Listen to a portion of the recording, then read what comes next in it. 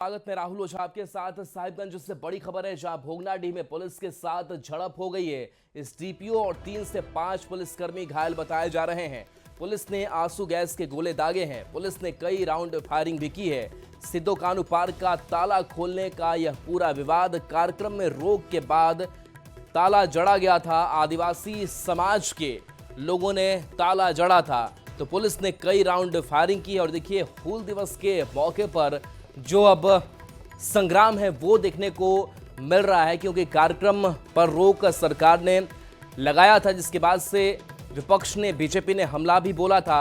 लेकिन इन सब के बीच देखिए, भोगनाडीह में पुलिस के साथ झड़प हो गई और इस डीपीओ और 3 से 5 पुलिसकर्मी घायल बताए जा रहे हैं। पुलिस ने आंसू गैस के गोले दागे हैं। पुलिस ने कई राउंड फायरिंग की है। सिद्धो कानू पार्क का ताला खोलने का यह पूरा विवाद कार्यक्रम में रोक के बाद इसमें ताला जड़ दिया गया था। आदिवासी समाज के लोगों ने ताला जड़ा था। आदिवासी समाज की तरफ से ये भी लगातार कहा जा रहा था कि हम कोई भी सरकारी कार्यक्रम नहीं होने देंगे, क्योंकि ये अपमान है।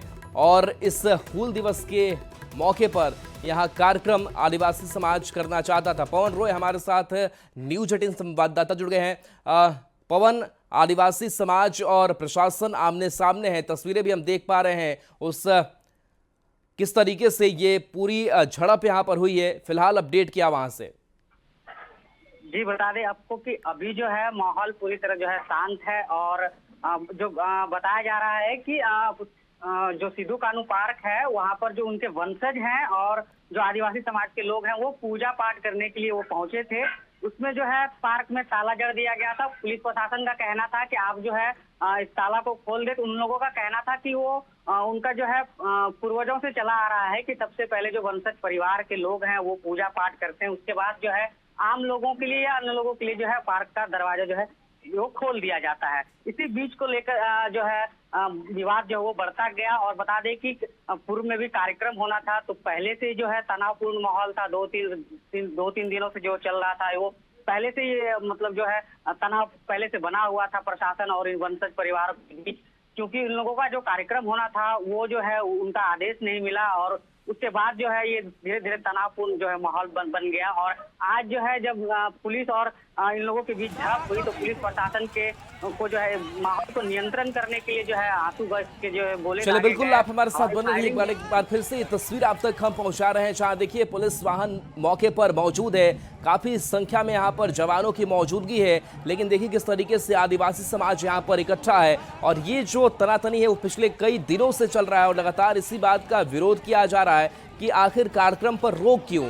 लेकिन जिस तरीके से लगातार सरकार ने इस कार्यक्रम पर रोक रखा, आदिवासी समाज का गुस्सा ये देखने को मिला। इसके साथ साथ जो सिद्धो कानू के वंशज हैं उनकी अपनी मांग है कि हम कार्यक्रम यहाँ पर करना चाहते हैं और अगर ऐसी कोई रोक लगाई जाती है तो हम उसका विरोध करते हैं। लेकिन इन सबके बीच तस्वीर देखिए कि कैसे जो आंसू गैस के गोले हैं वो दागे जा रहे हैं। कई जगहों पर देखिए पुलिस जो है वो लाठियां चटकाती हुई भी दिखाई दे रही है और काफी संख्या में यहाँ पर पुलिस के जवान जो है वो दिखाई दे रहे हैं और आदिवासी समाज जो है वो भी यहाँ पर मौजूद है। पवन रॉय हमारे साथ लगातार जुड़े हुए हैं। पवन, तस्वीरें देख रहे हैं, आंसू गैस के जो गोले हैं वो दागे जा रहे हैं और तस्वीर जो निकल करके सामने आई है, यानी कि आदिवासी समाज भी पीछे हटने को तैयार नहीं है।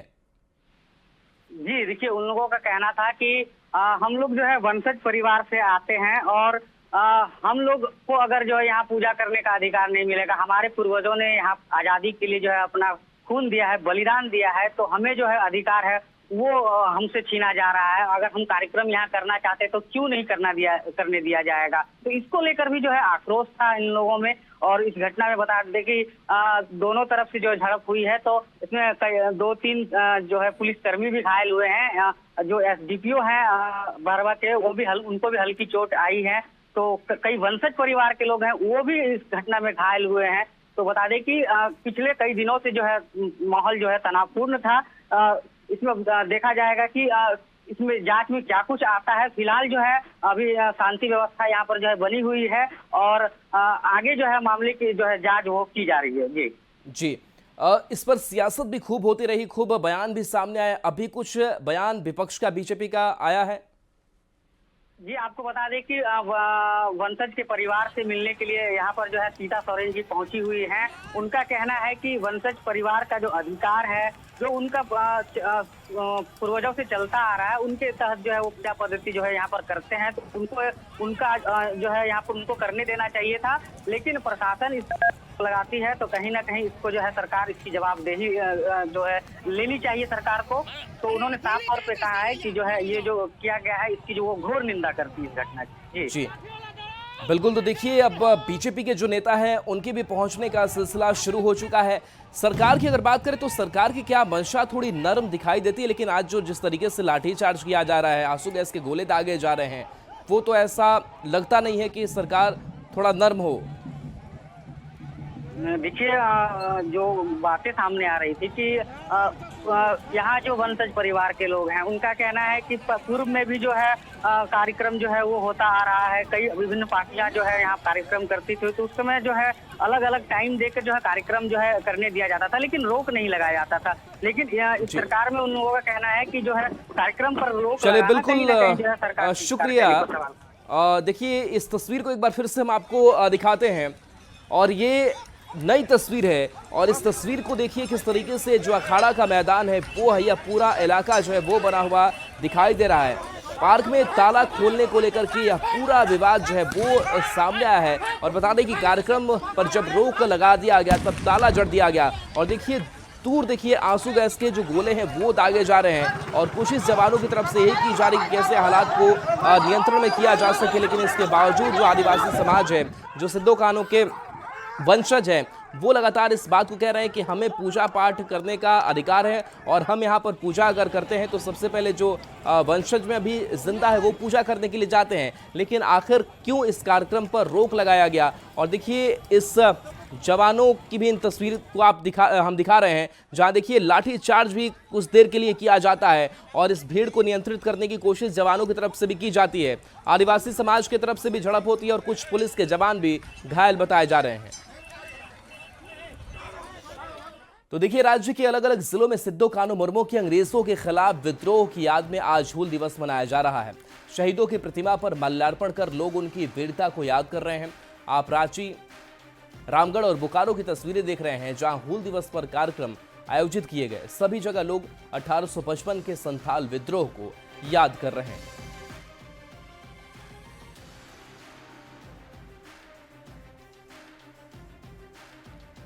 तो 1855 के संथाल विद्रोह की याद में आज हूल दिवस के बहाने सियासत भी हो रही है। जेएमएम और कांग्रेस का कहना है कि केंद्र सरकार के खिलाफ एक बार फिर से हूल की जरूरत है।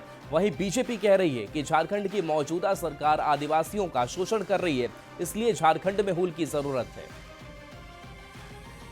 अब हम लोग को भी नए हूल की जरूरत पड़ रही है। जिस तरह से भारतीय जनता पार्टी केंद्र की सरकार ने इस देश में अराजकता लाया है, महंगाई लाया, बेरोजगारी लाया, जो देखिए हर जगह कहीं ना कहीं आपको ये देखने को मिल रहा है कि अनियमितताएं, भ्रष्टाचार, तो एक लगता नया हूल की जरूरत है इस देश को। तानाशाही ताकतें हावी हैं, एक और हूल की आवश्यकता है, एक और आंदोलन की आवश्यकता है। हमें कुछ मुट्ठी भर लोग हैं जिनको 2014 में आजादी मिली, लेकिन मैं मानता हूं कि 2014 के बाद हम फिर पराधीन हो गए चंद कंपनियों और चंद लोगों के हाथों से हम गुलाम हो गए। आज क्या स्थिति है? आज पूरी की पूरी संथाल परगना जो कहीं ना कहीं सिद्धो कान्हू की आत्मा वाले स्थान है, वहां पर बांग्लादेशी घुसपैठी सरकार के संरक्षण में फल फूल रहे हैं, और वहां के आदिवासी बच्चियों को, जिसके आदिवासी संस्कृति, अपने आदिवासी संस्कृति सभ्यता को बचाने को लेकर सिद्धो कान्हू ने हूल क्रांति किया था, आज उस आदिवासी समाज की बच्चियां रो रही है, बिलक रही है बांग्लादेशी घुसपैठी के चपेट में आकर। वहां के जमीन को छीना जा रहा है। तो ये सरकार कहीं ना कहीं इस सिद्धो कान्हू के सपने का हत्या कर रही है, और फिर से इस प्रदेश में हूल क्रांति की आवश्यकता है, इस प्रदेश में हूल जोहार करने की आवश्यकता है। दिल्ली में मुख्यमंत्री हेमंत सोरेन ने झारखंड भवन में हूल क्रांति के शहीदों को श्रद्धांजलि दी और उनकी शहादत को याद किया। साहिबगंज के भोगनाडीह में हर साल हूल दिवस पर कार्यक्रम होता है। सीएम हेमंत भी जाने वाले थे, लेकिन पिता शिबू सोरेन के खराब स्वास्थ्य के कारण इन दोनों वो दिल्ली में है। यही कारण है कि आज दिल्ली में झारखंड भवन में उन्होंने हूल क्रांति के शहीदों को श्रद्धांजलि दी। तो ये तस्वीर आप तक पहुंचा रहे हैं, जहां हूल क्रांति के शहीदों को नमन किया है। दिल्ली की तस्वीर आपको दिखा रहे हैं, झारखंड भवन की तस्वीर आपको दिखा रहे हैं। चूंकि हेमंत सोरेन दिल्ली में है, पिता शिबू सोरेन की तबीयत खराब है और इस सिलसिले में वो झारखंड में नहीं है, तो दिल्ली में ही उन्होंने श्रद्धांजलि अर्पित की है। में हर वक्त हर हूल दिवस के समय हम लोग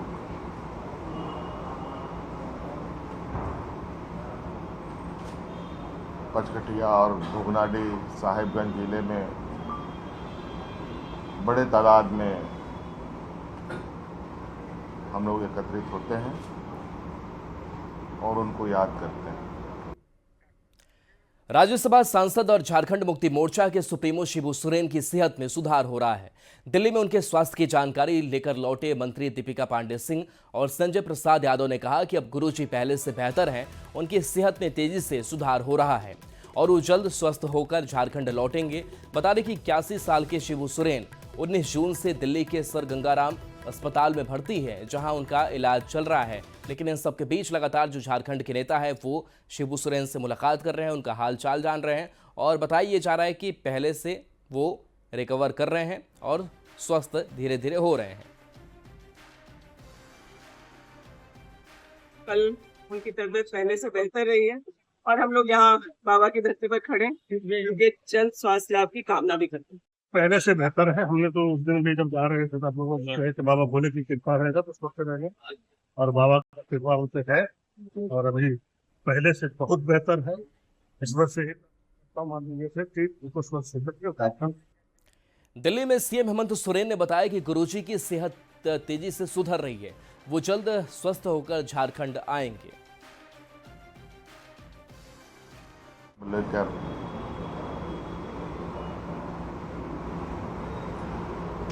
प्रदेश के अंदर विभिन्न राज्यों में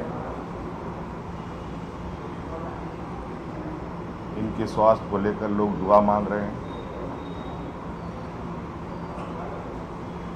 और हम सभी लोग जो आदरणीय गुरुजी झारखंड के लिए एक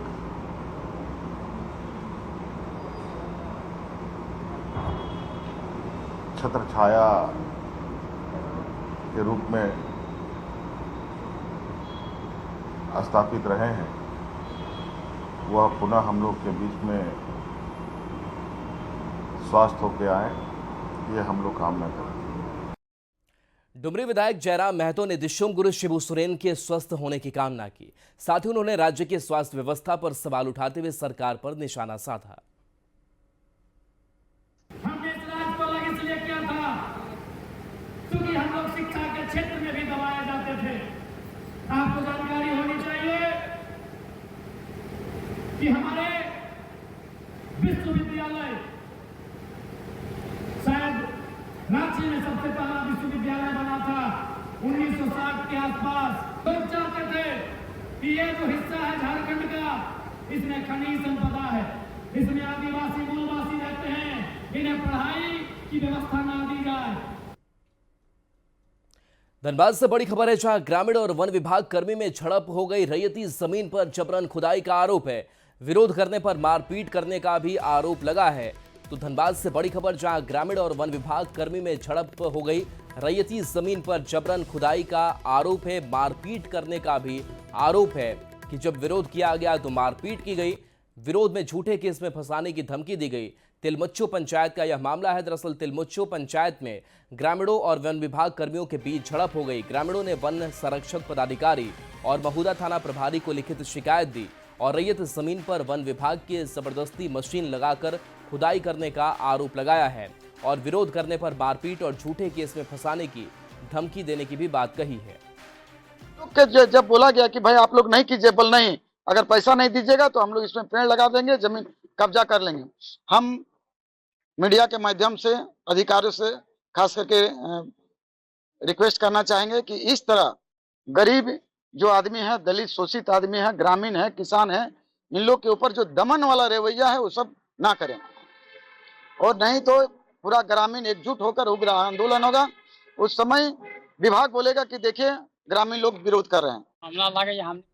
और गढ़वा से बड़ी खबर, जहां जंगली हाथियों ने उत्पात मचाया है, 2 लोगों को कुचलकर मार डाला है।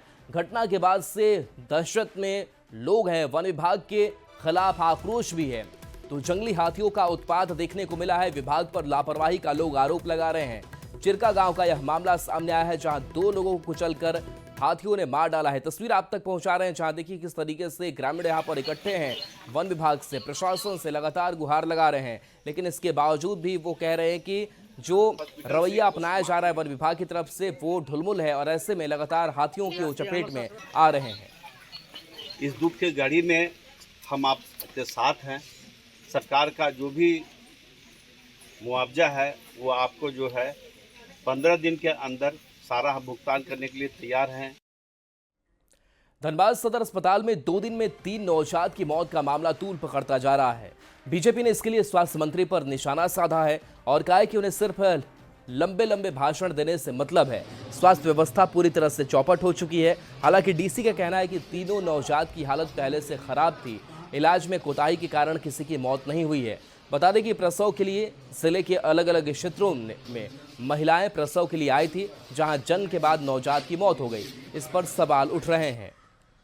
तो चिंताजनक है और इसलिए हम लोग तो बार बार जो कहते हैं या पूरा विपक्ष इस बात को उठाता है कि सरकार व्यवस्थात्मक कार्रवाई नहीं कर रही है, कैसे व्यवस्था को सुधारें, इसके तरफ चिंता नहीं सरकार की, केवल लंबा लंबा भाषण स्वास्थ्य मंत्री का होता है। भी कराया है, तीनों हाईली क्रिटिकल अवस्था में यहाँ पहुँचे ही थे, इसीलिए ऐसा कहना कि सदर अस्पताल में मौत हुआ है ये मुझे लगता है कि उचित नहीं है।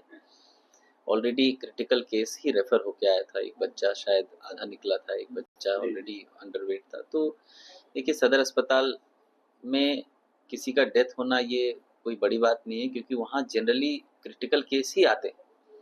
हाँ, वो एक जांच का विषय है, वो जांच से आ जाएगा कि क्या है। जैसे अभी लेकिन डॉक्टर साहब ने बताया कि वो एक नॉर्मल था, पहले से ही डेथ था, वो डिलीवरी के पहले ही 3 में से 2 बच्चे का डेथ हो चुका था और एक की डिलीवरी रास्ते में आधी हो गई थी, उसके कारण है। तो ये कारण तो टेक्निकल है।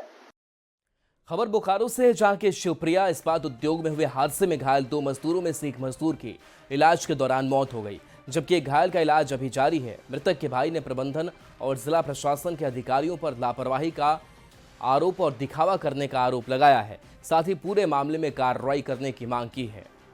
और एक भी वहाँ पे सेफ्टी ऑफिसर नहीं है और टाइम टू टाइम जो भी इन लोग का माने मेंटेनेंस होता है वो सब भी सही से मशीन वगैरह काम नहीं कर रहा था और इसके वजह से सही से मेंटेनेंस न हो कारण हादसा हो गया। सरकारी अधिकारी है, फैक्ट्री इंस्पेक्टर है, डीसी साहब है, हम सबसे विनती करते हैं कि जो है सो जांच का विषय है, जांच कराइए और हम लोग को उचित कार्रवाई कराइए। खबर पलामू से है, जहां टाइगर रिजर्व के बेतला नेशनल पार्क के पर्यटकों के लिए 1 जुलाई से 30 सितंबर तक बंद किया गया है। आज आखिरी दिन होने के कारण काफी संख्या में सैलानी पहुंचे। मानसून के 3 महीने जानवरों का प्रजनन काल माना जाता है, जिसके चलते पार्क को बंद किया जाता है। ज्यादा जानकारी दे रहे हैं संवाददाता नीलकमल।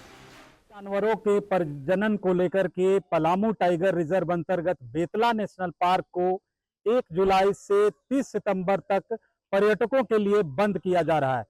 मैं इस वक्त मौजूद हूं बेतला में। आप देख सकते हैं कि आज सुबह से ही यहाँ पे पर्यटकों की हुजूम उमड़ रही है और मैं इस वक्त मौजूद हूं बेतला में। मैं तस्वीर दिखाने की कोशिश करूंगा। काफी संख्या में यहाँ आखिरी दिन आज पर्यटक यहाँ पहुंचे हैं और बेतला पार्क में वो वाहनों के माध्यम से बेतला पार्क में घूमा है। उसके अलावे आप देख सकते हैं कि जो आसपास बेतला के इलाके के जो पलामू किला हो या फिर अन्य जगह हो, उसमें भी पर्यटक पहुंचे हैं। आपको बता दूं कि वन विभाग जो है जानवरों के प्रजनन को लेकर के 3 माह इस पार्क को बंद करती है। देखने के लिए मिला, बहुत अच्छा लगा। बहुत सारे हिरन, रेनडियर, एलिफेंट भी देखे यहाँ पे, पिकॉक, बहुत अच्छा लगा। ये बहुत ही अच्छा मतलब कि जंगल है और मैं यहाँ पे बेतला आई थी। यहाँ पे बहुत सारे एनिमल्स देखने को मिले, जैसे कि पिकॉक थे, मंकीज थे एंड एलिफेंट ऑल्सो थे और पिकॉक सबसे ज़्यादा सुंदर थे। ये बहुत ही अच्छी जगह है, बट यहाँ पे टाइगर देखने को नहीं मिला। पर्यटकों को मौका मिलेगा इस पार्क में घूमने के लिए और बेतला नेशनल पार्क का आनंद उठाने के लिए। नीलकमल, न्यूज़ 18 पलामू। बीजेपी प्रदेश अध्यक्ष बाबूलाल मरांडी ने देवघर के बाबा बैद्यनाथ धाम में पूजा अर्चना की। इस दौरान उनके साथ पूर्व विधायक नारायण दास समेत कई बीजेपी नेता मौजूद रहे। पूजा के दौरान मंदिर परिसर में सुरक्षा के पुख्ता इंतजाम किए गए थे। बाबूलाल मरांडी ने बाबा बैद्यनाथ से झारखंड की खुशहाली और राज्यवासियों के सुख समृद्धि की कामना की।